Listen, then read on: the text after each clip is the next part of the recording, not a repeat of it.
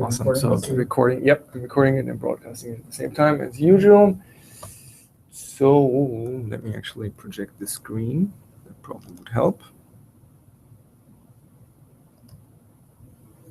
No, that button. Here we go. Perfect. All right, so Nick, apparently it's better when you give us a quick overview because you're probably the best person to do that. Yep, I was hoping Tomas was going to be here, but I'll try to represent his work as best Did we tell him to come? can. We did, like literally like 10 minutes ago. Okay. Maybe 12 minutes ago. So basically what this is the Roslyn compiler can now generate the debug info in a format that basically is exactly tables and metadata. And so the reader is implemented in system reflection metadata with this style of API matching. So basically you can see a whole bunch of new, like anything that is a blah with a blah handle and a blah handle collection is effectively just like everything else in system metadata. So like if you see all the other types, there's method definition for type definition, type reference, member reference. These are all tables. Each of them have a handle, and then you go from the handle to the record, and then you have a collection of these records. So it's a very there's a lot of API, but it's very uniform. Each handle has to implement conversions to the generic handle. But basically, the idea is there are like 5 or 6 new tables, and then it would be useful to sort of call out that there's a specification for that the Roslyn team has. How does this add on to the IO specification? Well, it would ideally be part of the specification at some point, right? It would be, we would say, like it's an additive extension. Is it additive enough where it's not going to cause issues with just existing IO readers? It really shouldn't. I mean, I don't see why it would, but because it's just like it's like new You mean like name collisions or? No, I'm just wondering the actual format of the actual binary stuff now. Like we're putting it in an extra table, extra set of tables. It sounds like, but there's extra tables aren't going to cause other IO readers that don't understand there's tables yet to come blow up. That's what I'm wondering. I don't know. But this is not for parsing like general PDB files. No, not existing PDB files. You cannot parse existing PDB files. There is a bridge that Tomas wrote is not separate from this review that lets you get a DIASIM reader over a portable PDB using this, and then it implements the API of the. Yeah. So you can. There's a bridge for existing tools. I don't know all the details there. I really wish Tomas was here. So Because the question I had is, why do we mix APIs with PDB? Like, should they be basically separate APIs? from the metadata. Yeah. I think because should they be separate API as in, so basically because the way the format is designed ends up being super efficient. But I mean, basically we have all it's basically like very uniform. It's like instead of thinking PDB, just think like in terms of the ecosystem, having a just equally standardized way of getting given like the symbols are basically wanting to get the sequence points, just like more information in metadata. You can put it in a separate file or in the same file, but basically I think it belongs in the same library because it's a missing part of the ecosystem. Like we have a standard, it's a CLI standard metadata format. We have an open source implementation for a reader of that format, but what we don't have is like the symbols, right? So putting it together with this is basically so there's a few wins. You get the first of all, it's just because it's so naturally the exact same pattern to access it as the rest of the metadata, and then it's also I understand it, but isn't let's say somebody wanted to just parse PDB unrelated to managed metadata. It seems how like much it would be nice. all what do you mean by unrelated to I think they're pretty tightly coupled. I think we actually, correct me if I'm wrong, but if the portable PDB actually uses a lot of the metadata pieces? Does it actually use tokens and stuff directly from the IO in order so you go back and forth? I forget the details of the format, to be honest with you. I wish Tomas was here, but we can go through the handles and see go through the definitions and see which tables they reference. But there's also, it'd be good to click through the. It seems like these PDBs would be able to be a lot smaller than our older PDBs They are because a you can lot actually smaller. They are a lot reference smaller. directly the tokens and you deal with them. You don't have to duplicate any data. So Whatever's in the IO, look at method body, okay? This one here. Yep. Like each one of these. So it's just sequence point blob. You need to look at the spec for some of this. Okay, so So what's the question again? Because I think I It's like a missed it. separate- It's whether or not they need to be tightly coupled to the IO metadata reader or not, or should they be separate library? That's the problem. I think like making it a separate library is like gonna like first of all like regardless of the coupling. It is duplicating a lot of the similar name type things, isn't it not? Or is it reusing things from the metadata reader? It's well certainly reusing things, but I'm trying to find. We can. I'm sorry that I don't have the. So when I gave it a quick read, it didn't look like it was duplicating. I mean, it had to introduce a bunch of concepts for sure that didn't exist before. But I mean, most of this stuff is, you need documents, obviously, in order to represent that. You need some more things from the actual IL, which we haven't exposed before. And I think this goes with method definition as well, which I believe, or method body, which didn't exist before. But it looked pretty much like what you would do when you would So add like the see feature. right there, look at the kick this machine. So this thing is a method definition. So right there, you'll have this ability to tie debug information to a method definition handle. Like that doesn't mean that you can't have this in a separate API, separate namespace. It just means that, like, I mean, I was thinking even something extreme like, unrelated to like C++. If I've seen C++ PDB. okay, yeah, that's like I don't think that's in scope here. No, this is, I mean, the whole point of this is to basically not have to have a separate file format, right? The whole point is to make the PDBs an essential part of the ECMA 335 metadata specification. So this is purely about managed code. It has nothing to do with C++. I mean, you could imagine that you have a fake, ECMA 335 compliant binary that just doesn't have any code in it. It just uses it as a debug I can storage. imagine how it's out have of that. scope, but I just wanted to I think it would be possible to implement basically a generic PDB reader and then a bridge API that ties it to our metadata. Right. So we kind of have I'm speaking like very indirectly here, but like you can definitely imagine like this is a low level format and then you may be able to use it, however, but then you can certainly, this is exactly, so like what is available today already is the low level thing, but then there's already bridges to the existing PDB API Dyson API. So like I mean, but it's kind of similar in the sense that this metadata, system reflection metadata, and like in the sort of also in the big ecosystem is very much behind the scenes. It represents like the ability to read the tables and these are just basically more tables in the exact same sort of style. Like whether or not like you might want some of the tables and not others in given scenarios, like I think is true, but I don't think that's necessarily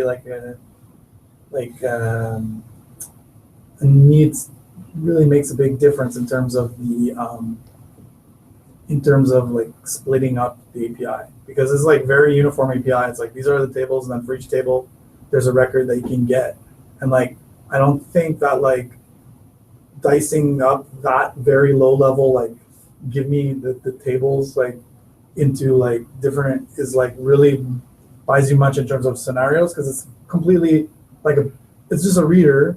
So there's a definition that says like these are the tables, these are the schema, and it basically gives you the records.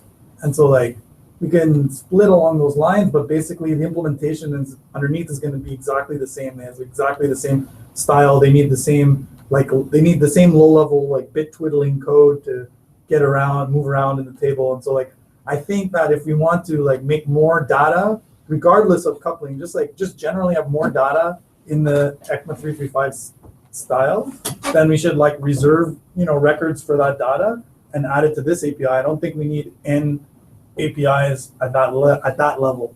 But once you start to get higher up, like this is not the API for you, like necessarily if you want to sort of build something higher level. But I think in terms of what this library does, what's specifically also this namespace is like, it's all the records. And so I don't really see why we wouldn't just, if we want to use the exact same sort of database format with the exact same, table readers and headers and all the rest, then I don't have a problem personally with just naming the records and adding them to this API kind of a thing. Yeah. So do you have a code sample that shows like basic usage of the new APIs that you added? Unfortunately, I do not. Do we know who's using them yet? Is it It's Roslyn, so you can Is this search on expression? source.roslyn.io. Is it if you want expression? right now. Evaluator that's using them primarily right now? What's a good Well, entry it's point to everything look that for? needs to access a PDB that's been done in this format instead of the old format. Right? But there's a bridge to this format, as I understand it, like so that not all the calling code has not everyone who needs to access a portable PDB has to go straight through this. They can go through existing API that's been bridged over this, but I don't know the details there. Okay. So how do you, like, can you just write on the board, like, how do you get started? How do you load? You load like two So you files, load- like the reference assembly and the, not load, but like open reference assembly and the PDB files. No, not the references, some of the actual musicians. Yeah. Oh, yeah. So you open the implementation assembly and the PDB file and you, Okay, let's step back for a second. So always say portable PDB. This is replacement for PDB. PDB is a specific format that was written by C++, Sure. which is not cross-plat. So the whole point of it, this is basically merging the debug information into the same assembly where the implementation lives. Not so it necessarily. doesn't even support reading external. Read as I understand it, it could be separate. Actually, can you bring up the spec? Yeah. Just glance. Let's go through it. It would be really helpful and on. I don't actually know if it's all in. Where is it? Is it in Roslyn or is it in ours? I think the Moss has it on Roslyn somewhere. One of the mails had a link to it. I clicked on it at one point, didn't read it though.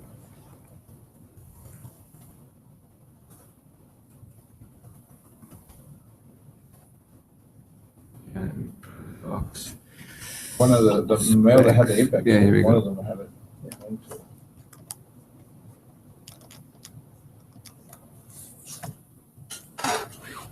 Wait, I was reading that. You implemented the APIs and now you're in the spec. I didn't have one watch I see. I've read the spec, but I just want to make sure that we.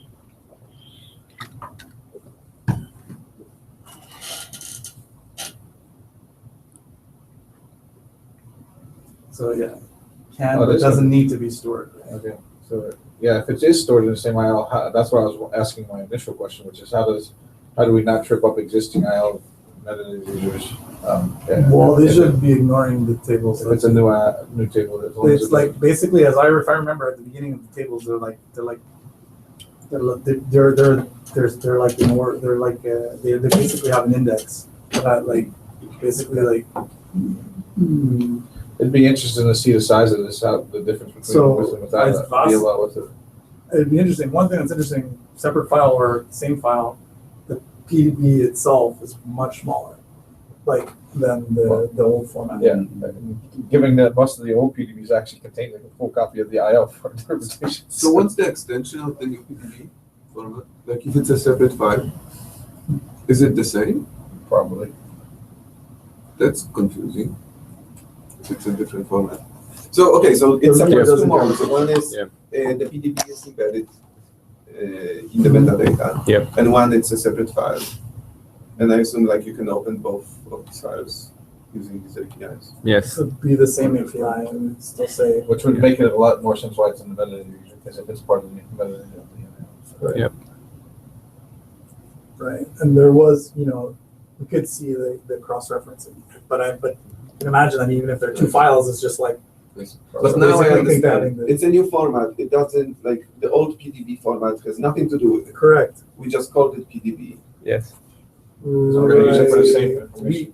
Yeah, It's the same purpose as the old PDB, it's just a different format. This Okay. program database, like, I don't know, that seems like, in fact, I don't think the word portable PDB occurs anywhere in the API, so I think that could be discussed, nor does the reader care about the extension of the file. So I think those are things that we could follow up with Roslyn on, but I don't think that has any, it doesn't really affect this, because we basically talk about the records that you see here, and then you open a thing, you just take a stream, there's no, there's no notion of file extension. Do we expect that it will always be embedded though? Do we have I don't know. I think the opposite, but you'd have to check with Roslyn I think we would expect it. I actually don't know. okay. That would also mean that there has to be another switch to the compiler that says embed or not. I think they have that, yeah. I mean, they already have switches for PDBs, right? You don't have to. There already has to be a switch to say which format you want. Right? Sure. Yeah. I don't know the details of the switches. That Roslyn, yeah. But Yeah, I suppose they do the right thing. so I think it might be useful to go. So I think that's a good, decent overview of the basic ideas. Let's just kind of scan through the APIs to see if anything kind of seems wrong. That's kind of what we wanted to get out of this meeting. So I think we're stuck with metadata reader, I suppose, right? Because it's kind of like the core type. So I guess from here you can So basically you can just see get. there's a collection of handles for each of the records. Like you can see it coming next to it. Like this gives you like the one on top, the assembly references gives you all the assembly references. It basically enumerates the rows of the assembly reference table. Yep. Why the collections has like special types and not a list of handle? So there's like the handles a struct, the collection is a struct, everything is everything is basically it's been tuned like And we couldn't create a general purpose struct list. With virtuals and all that fun stuff. No, not with virtual. Like struct, just of T. You know, like a struct yeah, list you of would have T. to put a marker interface on You would have need on- some on virtual the- that would give you like how you actually enumerate, right? You need something that actually does the enumeration. well, no, that could be the generic enumerator. Well, but I can't give you a generic collection that, like, how would you do that? Because you don't actually allocate the thing, right? You literally just Yeah, you would have to pass some. enumerate some, the format as it is, right? That's the thing. That's right. That's right. Yeah, that's right. Yeah, that's right. You would have to pass Sorry. some Yes, target of that course. Brain fart. interprets Yeah. the There's, underlying the T is not. platform. There's nothing you Yeah. can do with T. You have to know particularly about the table, about the. Yeah. So you can't make it generic, and there are quirks to some of these enumerators that, because they each have their own code, they can. Could probably do something really ugly that involves a bunch of funcs, but No, but that's still like gonna be way slow. Like, Yeah. And we're just following the same pattern we already have with the other. That's also true, but yeah, yeah. We did a bunch of performance analysis originally on those when we started doing right, it. right. So, But it just, yeah, it won't work. It certainly makes the API large. so what is a document in the sense of a portable PDB? What's the document? It's basically a glorified path, right, to the actual source file. Oh, it's like, okay, so it's a source file document. But I think it has like some. I mean, in the old PDB they had like a GUI that involved the language syntax. Sorry, the language. There was some GUI that represented this is C#, this is VB or whatever. I'm not sure they have that in here as well, but I think that's essentially what a document is. You can look at the document definition, I guess. There's a language GUI. Yeah, here you go. So same thing. Can you take that handle blob and actually pass it to the Roslyn APIs to get a syntax tree from it? If you had a or the No, but you can get the string, maybe, I don't know, the Roslyn API, but I mean, you do the same thing that you do with any of these records, right? You always get handles, and then you go from the handle, you go back to the metadata reader and say, give me the string that goes with this, Right. give me the GUID that goes with this. And they all have the same pattern, so. So I have this, that's like a micro thing, but document is a pretty generic name. Yes. I would just. Okay, I wonder if it shouldn't just be source document or something like that. that's that good feedback. Yep. Actually, put this in line here. My touchpad is crashing again. This is really, really annoying. See?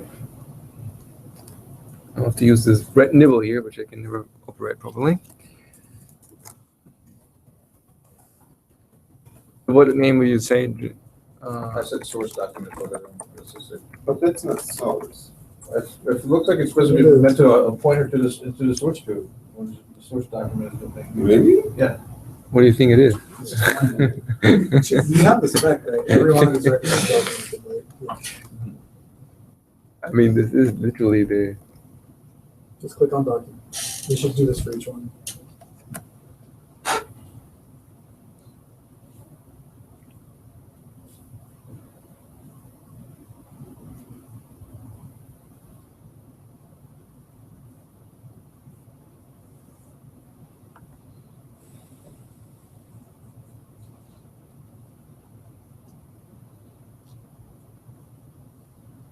Okay, so this is document table.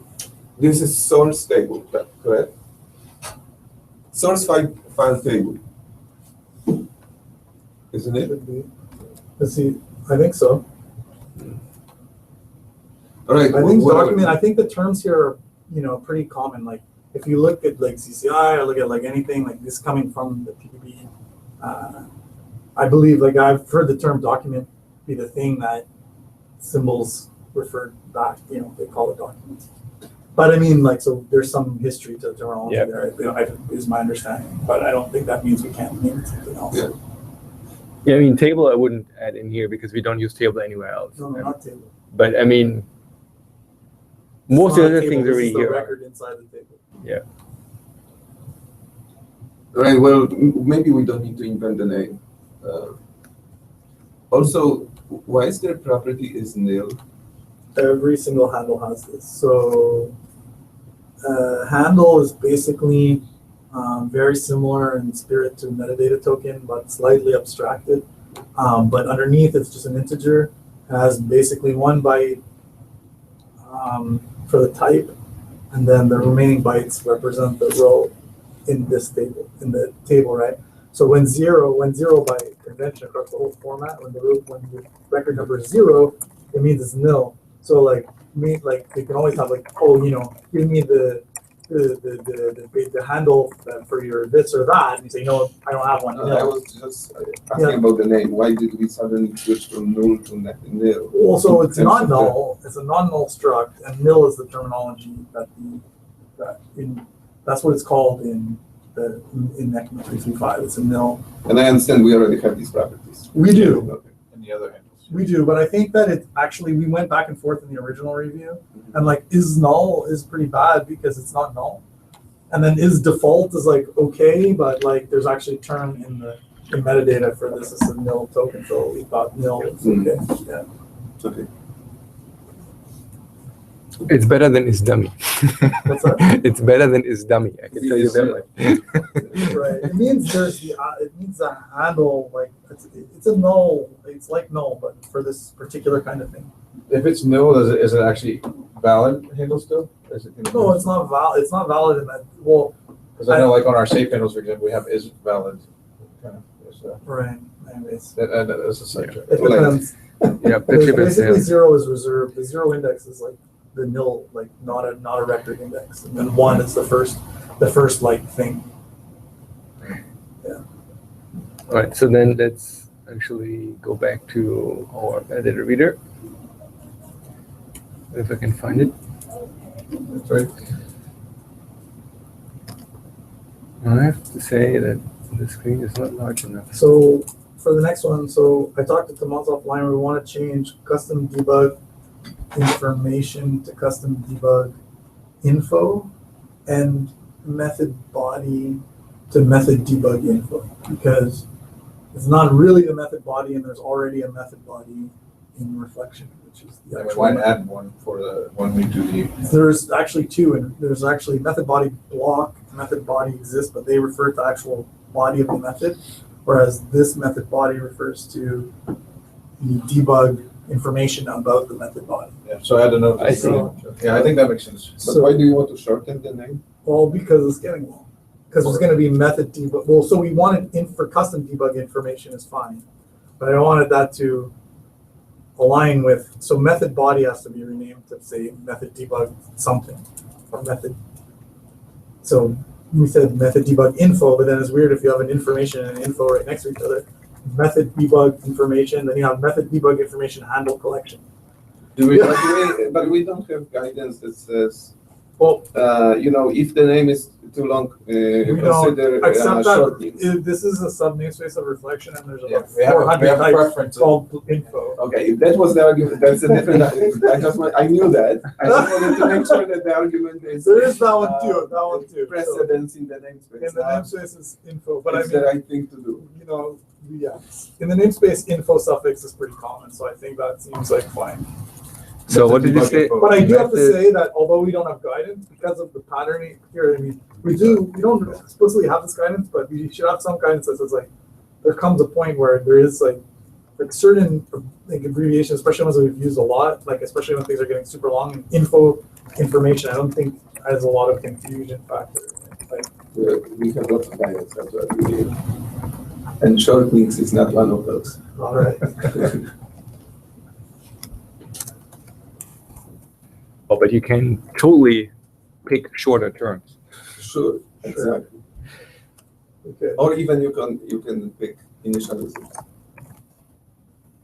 but not short links. Then I had to do research on Okay. terminology around the Okay. abbreviations. I remember. All right. Okay, meta, data, reader. Here we go. Right, so what is custom debug information actually? Because I have no idea what it actually is. I forget actually.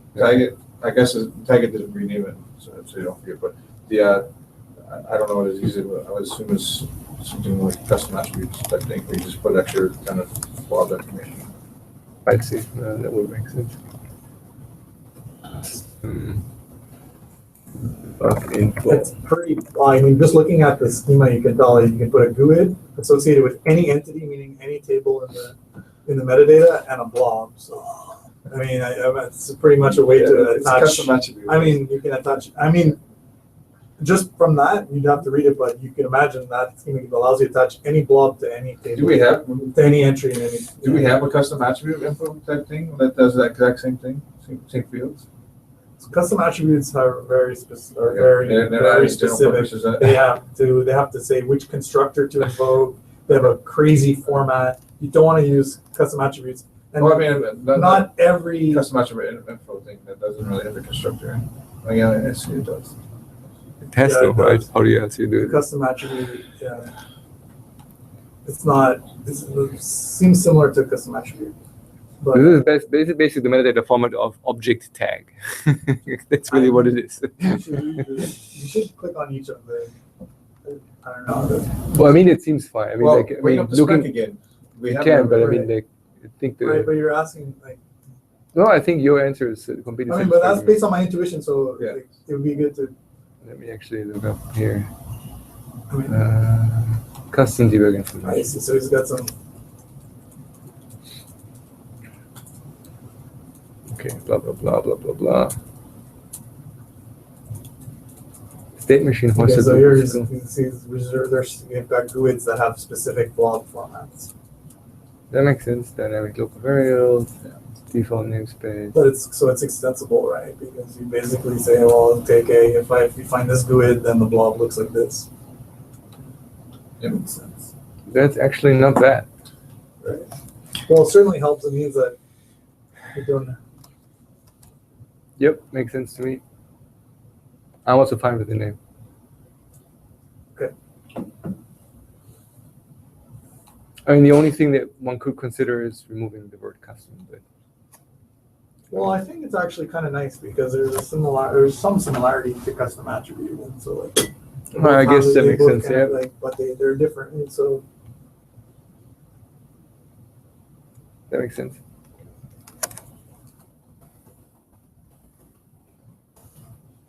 Right, then we have that. Talked about documents. The header, I suppose, is just giving us.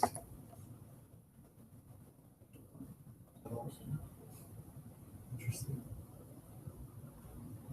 So is that the entry point or the? Is that the Back- entry point? Go back to the spec, see if there's any.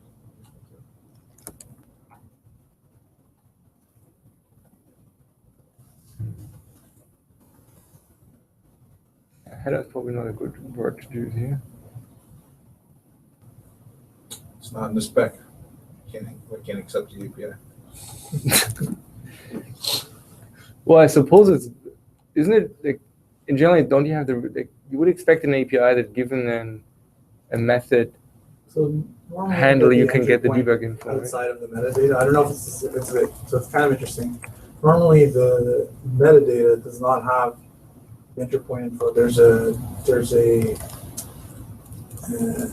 elsewhere, like before in the P file, before you locate the metadata, Has the entry point. there's an entry point token or RVA that you can get outside. So I imagine this is just intuition based on the name. Then when debugging scenarios, if you only have a PDB, you still need to get this information, so you need to store it somewhere. What was the return type of for the entry point? A method definition handle. Yeah. Yeah, and why does the PDB care about the entry point in this case? I'm trying to think of a scenario where they would call the entry point, or they would need to figure out what that is. I don't know. Can ask follow up offline. It is a little odd to me to have like this Yeah. a header struck with one field to get one piece of information. Also, you would kind of But expect it. It's not, wasn't even a struct by, there was a sealed class too. I don't know why that was. but- Maybe because of that you can add to it, probably. I'm assuming. Because we did that for the other headers, because you only have one header. You're right. Only have one header, and then we thought like some of them are getting large. So like the struct thing was getting like you start passing it around. Like Just had a comment to find out more information. about Yeah, that's what I did already. that's fine.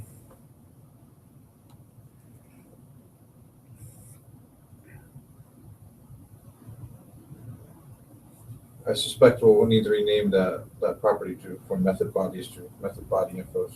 Yeah, I didn't Yeah. put it everywhere because otherwise I have to rename like 16 things. I don't know. Why would we add the info stuff? Well, we changed totally the changed. type It's not to the be method body. info. It's not the method bodies. Like I see. that name is wrong. You want to make a distinction. between That those is ones. right. It's Yeah. not the body. The body is elsewhere. This is things that you you go with the body to tell you about how to debug, but it's not. Mhm. It's not the body. Okay. Out of curiosity, why wouldn't we just make it the one thing that has both? There's some. It's similar to the thing that I was saying at the entry point. This is based on intuition, but method bodies are not in metadata. They're elsewhere. Then the method just has a RVA that basically says, my method, my IL is like. So like if you're only reading metadata, you can't I see. have can't have method bodies. We have extension methods that let you go back to the P reader and say, give me the method body, like the actual IL for this. Yeah, I saw that get by. You have to go back to the P reader because if you only I the see. metadata reader is capable of reading just a metadata block, but there are no bodies in the metadata block. I thought the point is we haven't exposed it yet, We have. but it's just in a different type. I guess that makes It's sense. on a different type. I guess that makes sense, yeah. Well, yeah. Never mind. That makes Yeah. sense. I was just thinking about. What happens if you open the reference assembly with just metadata and Well, then try to read the IL? I guess you could IL just bodies get. are always empty. There will be bodies in those. They're basically null. They will be empty. Because we just compile them. Is there a way actually to tell Through the metadata APIs? Sure. if that's So on- dealing with reference assembly? Yes, there's a flag. We usually mark the assembly flags with Yeah, lights. there is a flag. But at the end of the day, if you just open the metadata section, you can get this pointer to the method body. But then if all you have is the metadata section, you have nowhere to go and like, okay, now give me the method body. It's like, well, you have to have the P file for that. You have to have the other section. Then the format is pretty like obvious. Like it's not like you're not referencing or anything like that.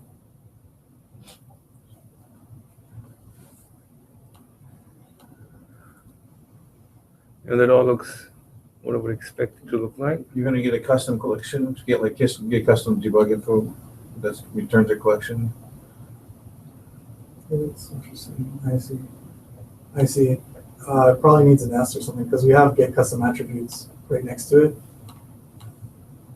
So it's the same pattern, right? You can get, like, given a handle to a custom thingamajig that is associated with an entity, you get, like, getting a handle directly to the blob, basically, well, the record that says there is a blob, you get one.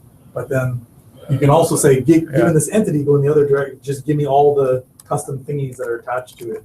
But I guess it should have an and, so I guess it should be, this is getting weird, but we could get custom debug infos. That wouldn't be terrible. I mean, Is that okay? At least it's better as getting. info is better than one-on-one. informations. Okay. If you guys are okay with that, it's fine. Yeah, I think infos is fine. Informations would be really odd.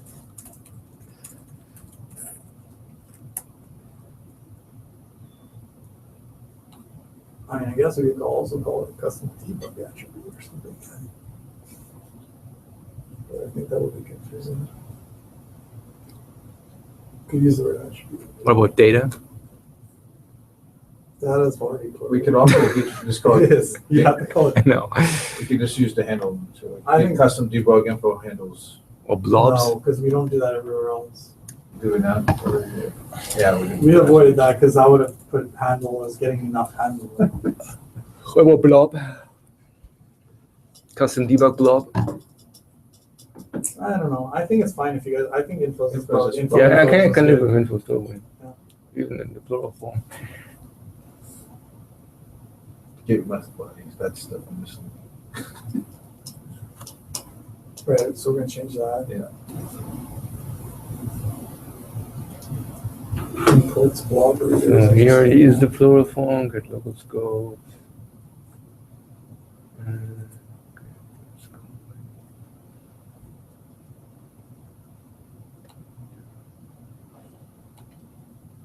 That seems fine. Sequence point blob reader. I want to look at those types. But we don't. But It's true. Yeah, makes sense. Yeah, no, this is like a data. Yeah, Types. it seems consistent. All right. Let's start at the very beginning. And let's just jump through it.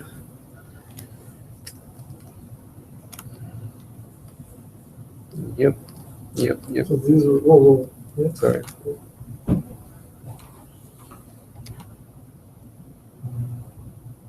Read date time. Is that the actual thing? We shouldn't be using date time offset or something. I don't know. That's the constants in In the blog. the metadata. I don't think we have a daytime offset. I think those were just missing kinds of. If you look at constant type code, we probably already had those type codes, but we just never had a need to, unless you added new. Can you look at constant type code?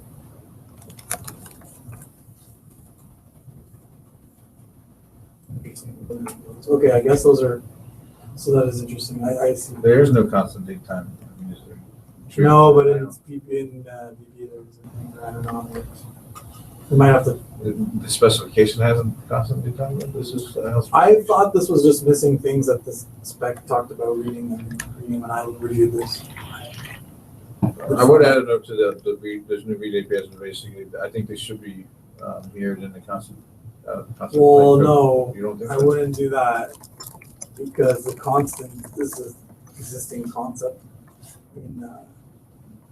Like I don't know. I mean, read constant can never return a date time. And we already I have suppose, this an yes. existing. This is a this block. an No, it's existing- not about reading only This thing, constants. no, it's not. It reads anything you can read out of it. I made the assumption saying next to each other, but that was wrong. All right.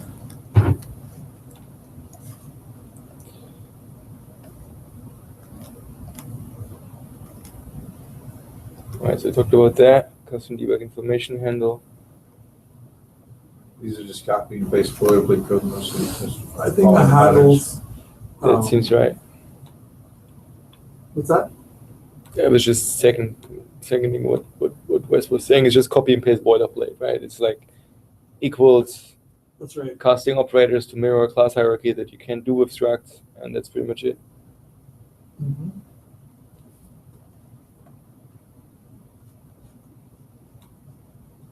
This is why writing performant code in .NET kind of sucks. Does entity handle is kind of a base type similar to handle? So, you can pick So up- we didn't have entity handle originally. We just had handle and then all the kinds of handles. Just basically a handle is just you can ask it what kind it is and you can cast it down to the other handles. But then it turned out that some of the handles that we needed.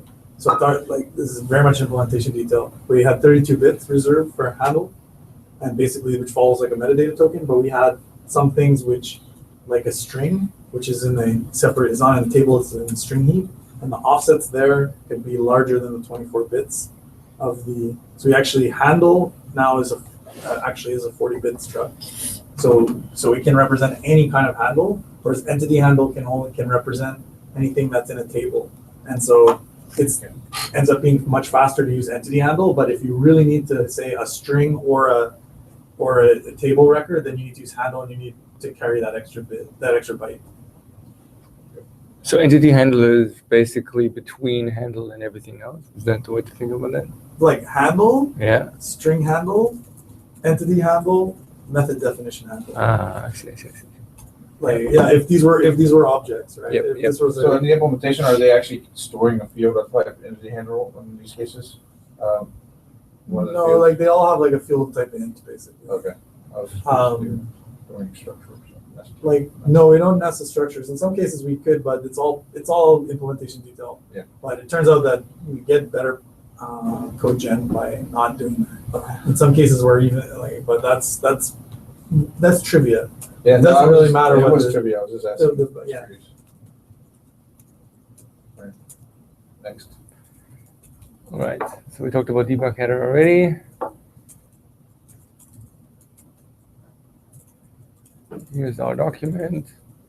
Document handle, same boilerplate in the collection. Same boilerplate, document name, blob handle.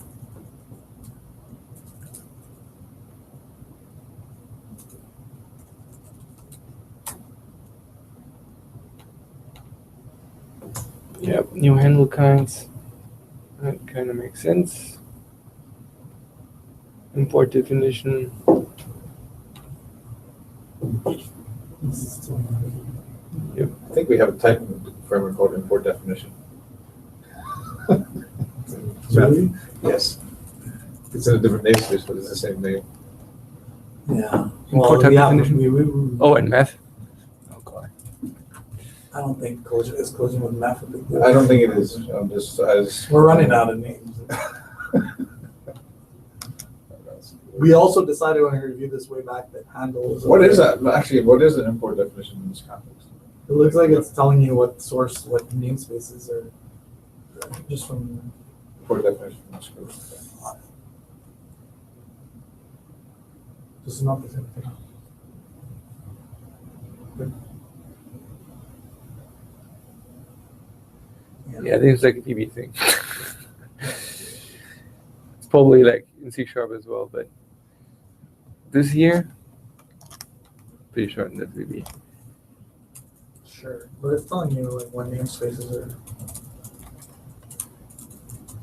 Oh, you know what? I think that's for when you're in the debugger and you're writing in the watch window that the debugger knows which usings you have, essentially, for the given source file you're in. What things are in scope? Yeah, that makes sense.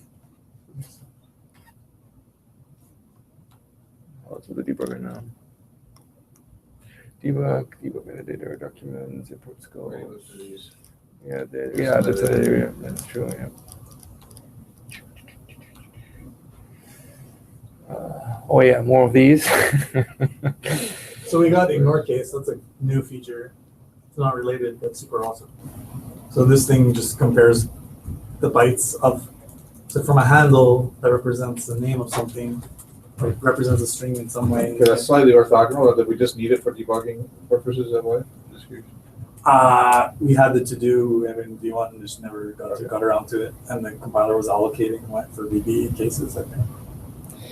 So is this just me, or is it just, I think, like, generally speaking, bools are shitty in APIs. Because the problem is you read the signature and you say equals blah, blah, blah, comma, true, comma, blah, blah, blah. Like, what the fuck does true or false mean there?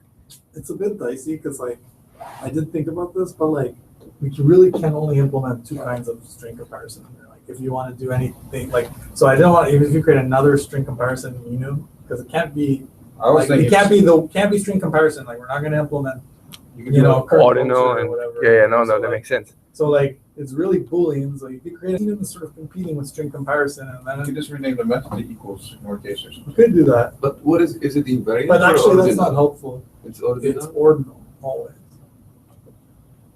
It has to be. We're not gonna because we don't materialize two strings. They start comparing bytes from the string that you want to compare to the metadata, and like we don't want to be in the business of culturally. Like if you want to do culturally, like get the string out of the metadata, it'll decode the UTF-8 to UTF-16, and go talk to globalization about the string. Like we're not in that business. Like on the other hand, like. We do have the request just some general string comparisons to try to put them into method names, like a ordinal in more cases. Yeah, so that's what I'm thinking. I mean, there's multiple ways to do it, right? One option Putting is, them in the method names is then like you end up say you're writing something and you want to go like if VB ignore case or something like that.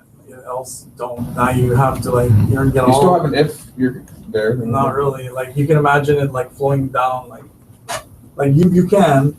It's like not if like you did the if a long time ago. Then like by the time you get down, it's just like you can. I personally found like that's a trade-off when you start ignoring names. Like when there's shortcuts, but there's also like an overload that lets you. That overload's useful when it's like a helper that feeds in. So like having only the method names, I'm not sure if that's better, but no, I think method names are shitty for data-drivenness, right? Yeah. I don't know. We have the pattern. I don't think it's necessarily wrong. Right. There's a lot of methods that look like that already. Right.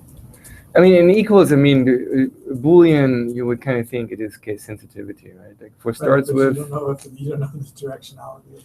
Like you do because of the existing API in the framework. They're all like this. Right? True. Well, yeah. I mean, if you see equals with Personally, strings, I would never call this without saying ignore case colon. Yes, that's there's that too. Yes.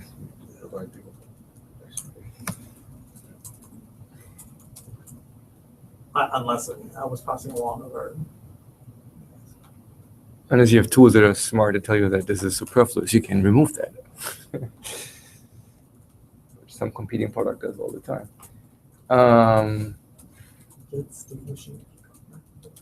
Yeah, that one is a bit. I saw that earlier. Like that seems a bit weird.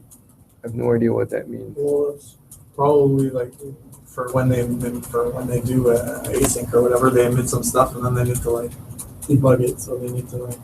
But should it be baked into the core of this piece?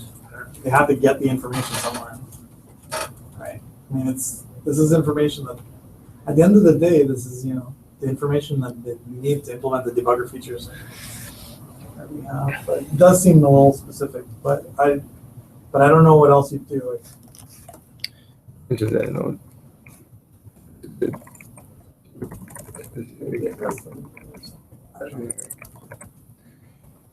Because if we invent a new feature like async, I'm it assuming would that's be what nice if you could use existing metadata reader to read it. So reversely, you have to look at what that is. I am forgetting the details and I'm just going by the names. But if the names aren't intuitive, it tells you something else. That's the body handles. We talked about those.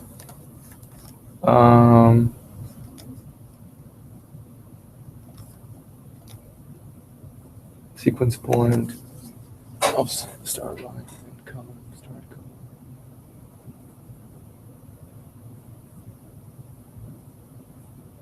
column.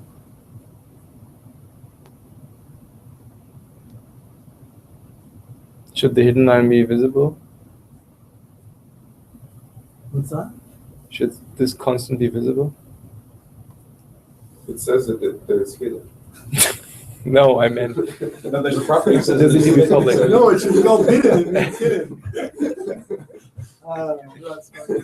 because this one already exposes a bool, right? Which I suppose just does the check whether the start line is the hidden line. I don't know. You can put a question mark there. I don't know. I think the field should be properties. I noticed a few of those. Public. Or hidden. No, Should it be I'm not doing this part again. They're all read only too. Yeah, we went through this in the original review. There were a ton like this, and we changed them all to properties. So those are going to be properties. Okay.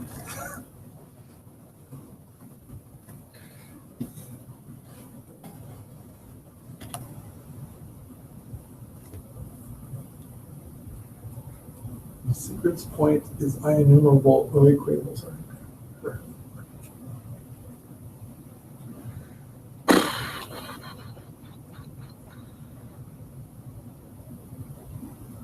Should that blob reader, it does look a lot like a enumerable. Should it be part of that nested into the sequence point itself or wherever?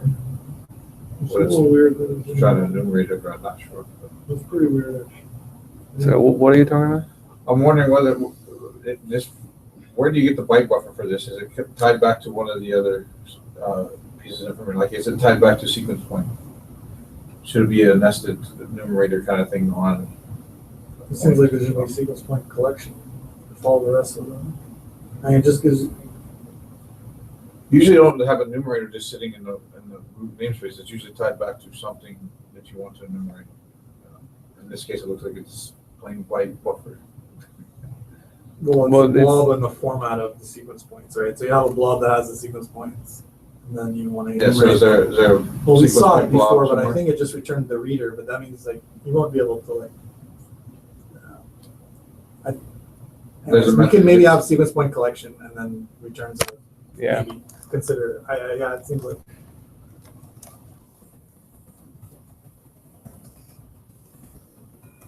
I mean, it's a little weird on. No. If enumeration is going to be the way that we did it.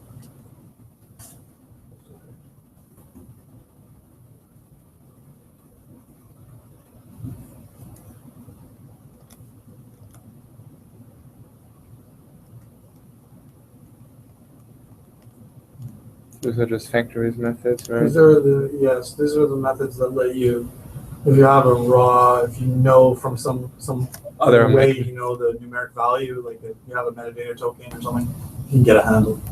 Yeah, that makes sense. Custom debug information, that's the tables. Yep, that's all fine. Yeah, that's it. Yeah, modular comments. I don't know. I didn't see any major. Nothing too much. Yeah, I think the only thing that we talked about in the beginning was whether it's worthwhile to split it out or not, and I think we concluded that not. I mean, it doesn't really. Yeah, it looks like it uses a lot of the same infrastructure for handles and table of code and stuff like that. Yeah. The main thing I would just do, like, there were some super generic names. And the problem is these APIs, like, we don't want majority of our customers to ever see them or use them, right? Like, they are not very, APIs to be commonly used. So- The problem with generic names is then they show up in searches. When you say MSDN, document, we probably don't want these APIs to ever show. Yeah, but you also saw that We like, already. these things have super long names because they're combined all the time, right? Like if you pick a concept, you always have a handle collection, you have a handle, you have a definition, and so if you already pick a very specific name, the names get completely unwieldy. So, like, later in like phrases, you can kind of skip the qualifier.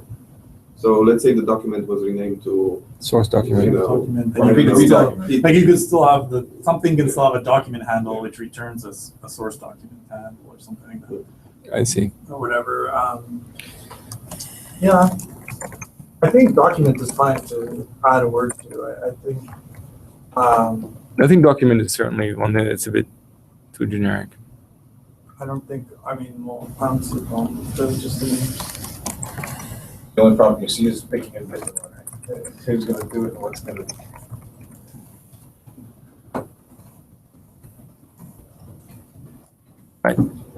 What else did we have? I think that was it.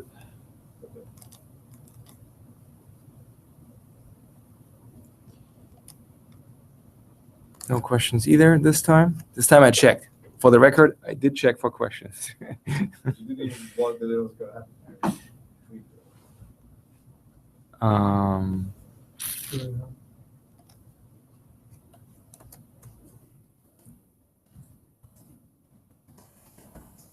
anything else?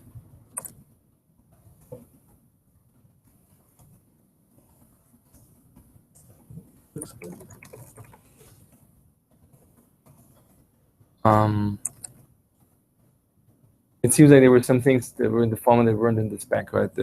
Like the debug header, for example, for the entry point thingy. You search for entry point here. and you- I don't think I searched for entry point. Here's the string. There it is. The same value stored in the CLR header of the P file. This is the problem, is that we only have metadata in. You don't have it. If you just have a PDB file, you don't have a P file. You gotta figure out which method is main. Why can't you still overload the two? If they happen to be in the same thing, they're gonna return the same value. If they don't, you're gonna give it one for the other. Overload the two. I mean, like, we have an entry point exposed somewhere else. You can't, because the metadata reader doesn't know. We have it exposed from the CLI header, but the CLI header is something that the metadata reader knows nothing about. Like the class metadata reader, there's no, like, it just takes a metadata blob, right? So is it more general purpose than debug then? Is it just another way of exposing the entry point from the metadata reader? Well, it's not really. I mean, you could imagine. Not really. Like, yes, I guess you can imagine emitting a thing that only has the header and then has none of the tables, and then just adding an No, extra. I was just meaning thing that it's supposed to be the same. I'm wondering whether or not, even without the PDB, you could still get the entry point and expose it as entry point on metadata readers. You can't expose it on metadata readers. Metadata reader doesn't. It takes a metadata section. I see, yes. It doesn't know. It'd have to be doesn't given know how to get it entry right. point, so, But now you could get the debug one if you have debug information, which will be the same. It's a little weird, but I mean, it's again a case of. It's still a again a question of case whether or of, not, I still would like to know what the debugger needs for the entry point stuff too. That's interesting. I'm not sure what they do with it, but. Right. Okay. I mean, I think you could imagine, but I'd have to talk to the mouse, like varying some of the these things more in like more custom thing. F8. Set the breakpoint. Setting the breakpoint of the initial. I mean, you can basically, if you hit, I forgot what it was, F8 or F11 or one of them. Step into the program the first time. Yeah, and then it basically sets a breakpoint in the very first instruction. Like, how do you know where that is? That's possible. I think But I the don't API know. looked a little weird because it just had the one thing in the debugging header, but I can guess the idea is that Yeah. we can add more things, although I don't see too much affordance for this getting larger.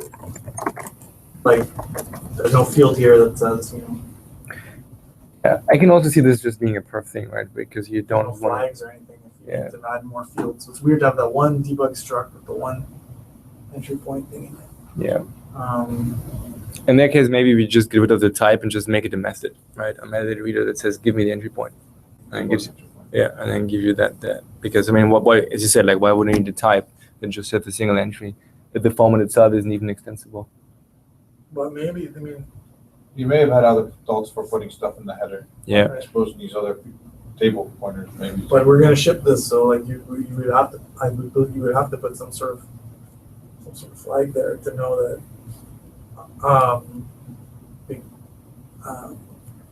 to know that there's some data that where you're gonna put it. Right. Anyways, I'll talk to them offline. Yeah, sounds good. What was the thing called again? It was the Debug header entry point or something like that. debug header thing. No. Debug metadata header. I think this is mirroring, and I think we already did this for the.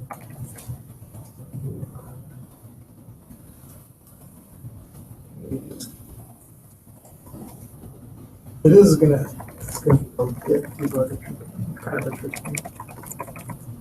'Cause then,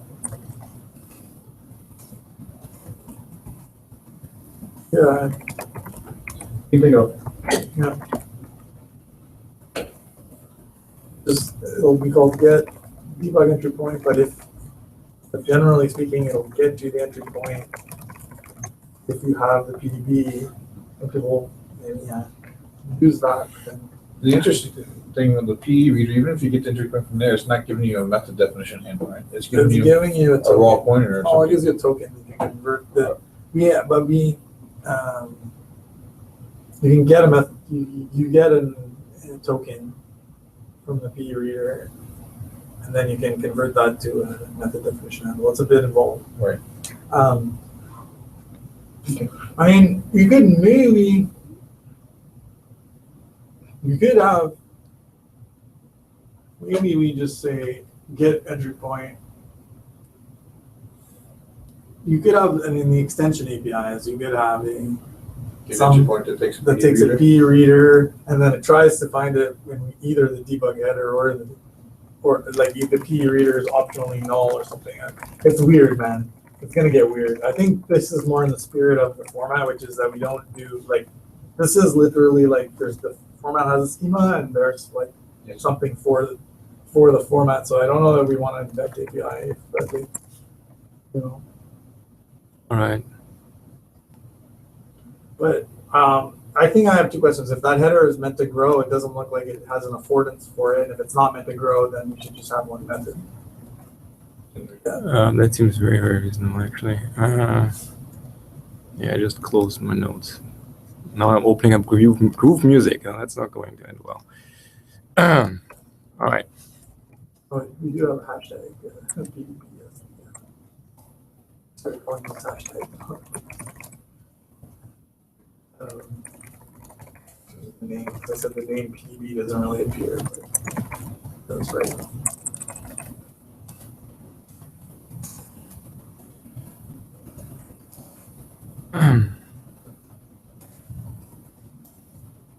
Actually, the name of the stream. Yeah.